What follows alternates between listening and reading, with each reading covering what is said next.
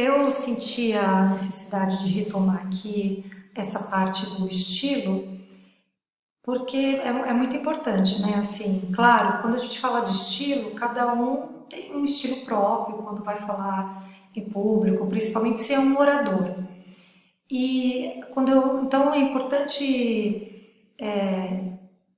enfatizar que quando eu digo que estilo não é o seu estilo pessoal, o seu toque pessoal, não.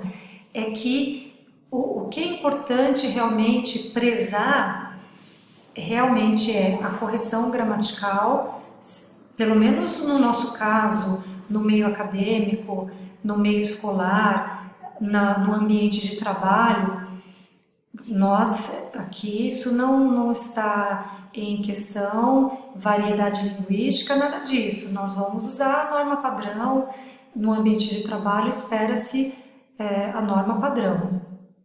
A clareza, ou seja, você transmitir a sua ideia e para você obter a clareza, use frases simples, frases curtas, tenha bem a sua ideia em mente e tente falar de uma maneira objetiva para que fique bem claro o que a sua mensagem.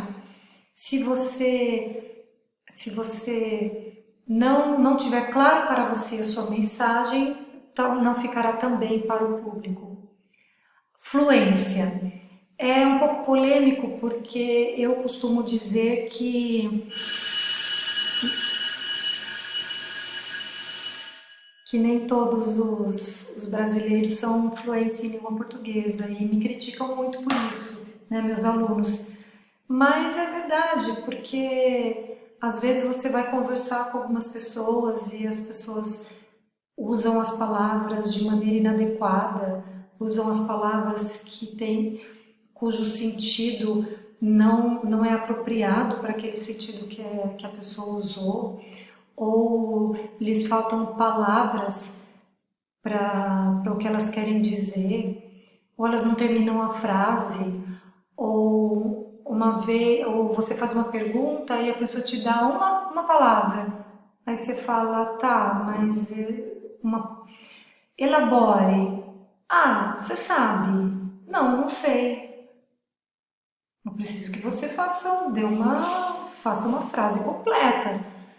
Um sujeito, um predicado, né? Um começo, um meio e fim. Então, a fluência, até na sua língua materna, você adquire com treino e prática. E os emojis não ajudam. Eles expressam, eles têm muita expressão neles, mas é uma linguagem icônica, é uma linguagem imagética. Então, quando você coloca uma carinha chorando, uma carinha vomitando, um cocôzinho, ele diz muita coisa, mas por meio de imagem, não por meio de palavras. Não é uma linguagem verbal. Então, ela não ajuda na sua fluência verbal. Então, por isso que eu defendo que nem todo brasileiro é fluente na língua portuguesa. E eu acho que a gente tem que tomar muito cuidado para não perder a fluência, assim como em língua estrangeira. Você aprende e você vai perdendo o traquejo, vai perdendo a fluência, temos que tomar cuidado para não perder a fluência em língua portuguesa. Nós temos que usar as palavras, praticar, aprender novas palavras, não esquecer do seu significado, não esquecer da justeza das palavras, né? Há quanto tempo nós não usamos a palavra sagaz? Outro dia um aluno, eu não lembro o que eu fiz, ele falou, professora, a senhora é sagaz. Eu fiquei tão contente com ele ter usado essa palavra, né, que há muito tempo eu não ouvi um aluno usar a palavra sagaz. Quando ele falou, professora, a senhora eu já fiquei imaginando que ele ia falar outra coisa, uma palavra bem boba. E eu gostei dele ter usado essa palavra sagaz. Bom, concisão, a objetividade, você dizer o que você quer dizer com poucas palavras. Isso é ser conciso, objetivo. e adequação ao nível ou registro linguístico. É claro, a correção gramatical ela é necessária, mas também você tem que estar adequado ao seu público. Então, se é um público mais simples, você pode usar palavras mais simples. Adequado a um público mais simples, falar para o povo, né? Falar para o seu público. E se é um público mais sofisticado, você pode usar palavras mais rebuscadas para atingir realmente, para falar com o seu público. E já havia falado na parte 2 o que é necessário evitar. Eu acho, parece. Por que é necessário evitar? Porque se você se preparou para aquela apresentação, para aquela palestra, para aquela conversa, você não acha, não parece, você se preparou, então você verificou, você aferiu, você foi pesquisar. E não é que você tem que parecer arrogante, tudo bem, você pode dizer, ah, eu não me lembro, mas principalmente numa apresentação de negócios, não pega bem você dizer, ah, não me lembro, me desculpe, não me preparei para isso. Não vai pegar bem, né, numa entrevista de emprego. Todo mundo já sabe. Bom, se todo mundo já sabe, então por que você preparou para dizer isso? Tá? Apresente o dado, não interessa se todo mundo já sabe, é importante retomar esse dado para você colocar o seu ponto. Não tem problema que todo mundo já sabe, não precisa falar. Tá? Brasília, a capital, o Distrito Federal, a capital do Brasil. Você não precisa falar, todo mundo já sabe que Brasília é a capital do Brasil, isso é irrelevante. É importante retomar que Brasília é a capital do Brasil, não tem problema. Ou você coloca, isso aqui não é importante, a gente vai passar adiante. Ora, se não é importante, não deveria estar ali. E também, como eu havia falado, você vai encerrar, é isso que eu tinha para dizer, ou vai virar a música da Ana Carolina, é isso aí todo mundo começa a cantar e vira. Não vai terminar com é isso aí. Você pode terminar, agradeço a presença de todos, ou simplesmente obrigada pela atenção. Homens falam obrigado, mulheres falam obrigada. E o domínio do cenário. O que é o domínio do cenário?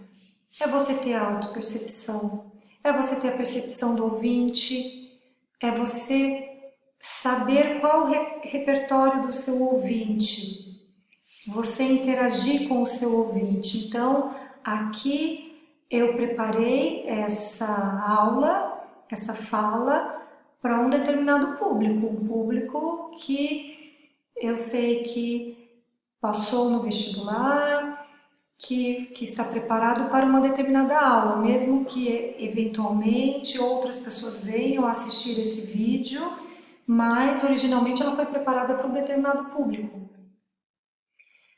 E saber ouvir. Então, se você foi falar com o seu chefe, se você foi falar com um determinado grupo de pessoa, você precisa também ter essa percepção e ver o retorno. Mesmo que esse ouvir seja olhar no rosto das pessoas e perceber. Eles estão gostando, não estão gostando, estão entediados, está todo mundo abrindo a boca, está todo mundo querendo sair correndo.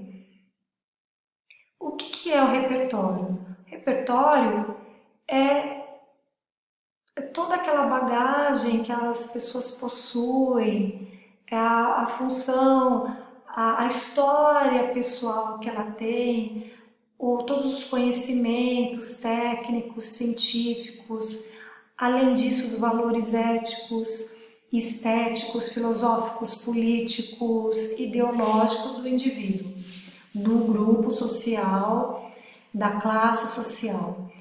Por isso que é importante você conhecer, então você pode ser muito julgado e sofrer e até apanhar se você chegar para determinado grupo e expor uma visão política, né?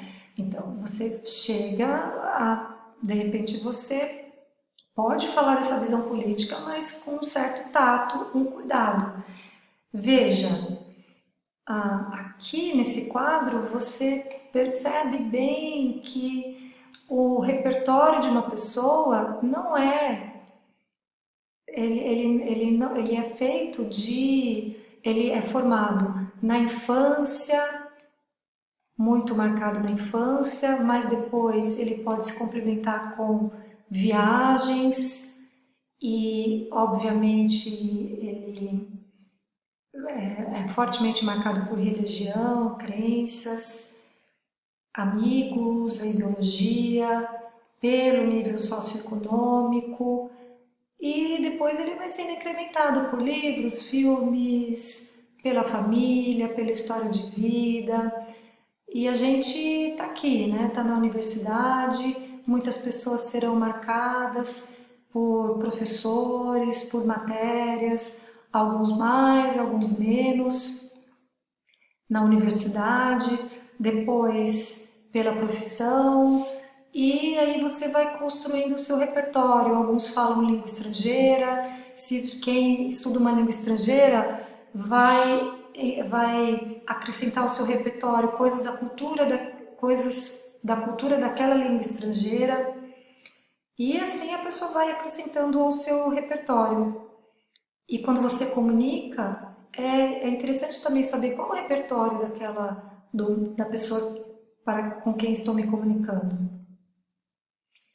Enfim, né, finalizando esse nosso momento juntos, para falar em público, né, diz o Wittgenstein, o Chris Anderson no TED Talks, é preciso planejamento, uma ficha mental, ensaio, a execução é super importante, não adianta você também ensaiar e depois, para que não aconteça um desastre, você precisa ter precaução.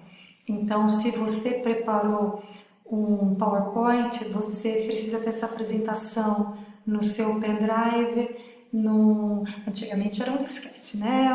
Hoje pode ser o seu pendrive, você coloca na nuvem A, na nuvem B, na nuvem C, porque se você chegar e se você depende da sua apresentação, ela não pode travar, ela não pode falhar, não pode ter apagado, aí você não lembra a senha do seu e-mail, travou, não tem internet, se não tem internet está no seu pendrive, se você esqueceu o seu pendrive, você tem um CD, se o computador não tem CD, enfim, você tem que ter, você toma todas as precauções, você tem plano A, B, C e D, para que na hora você não seja pego de surpresa, né? Aquela história, não imprimi minha ficha mental, professora, ou imprimi, meu cachorro comeu, minha impressora estava sem tinta. Ah, ela estava sem tinta? Quando é que você viu isso? 1 minuto antes de sair de casa? Na faculdade isso acontece, ok, mas e no trabalho? E quando for a apresentação da sua vida? Né? A gente tem que se acostumar a não deixar isso acontecer. E eu espero que você aproveite essas considerações sobre o que é falar em público, sobre o que é a comunicação com o outro, a comunicação com um grupo de pessoas. E se você é uma pessoa introvertida, não tem problema, vai fazendo alguns exercícios sobre algumas dessas coisas, e se quiser conversar comigo, trocar umas ideias, eu tô por aí. Tchau, até a próxima.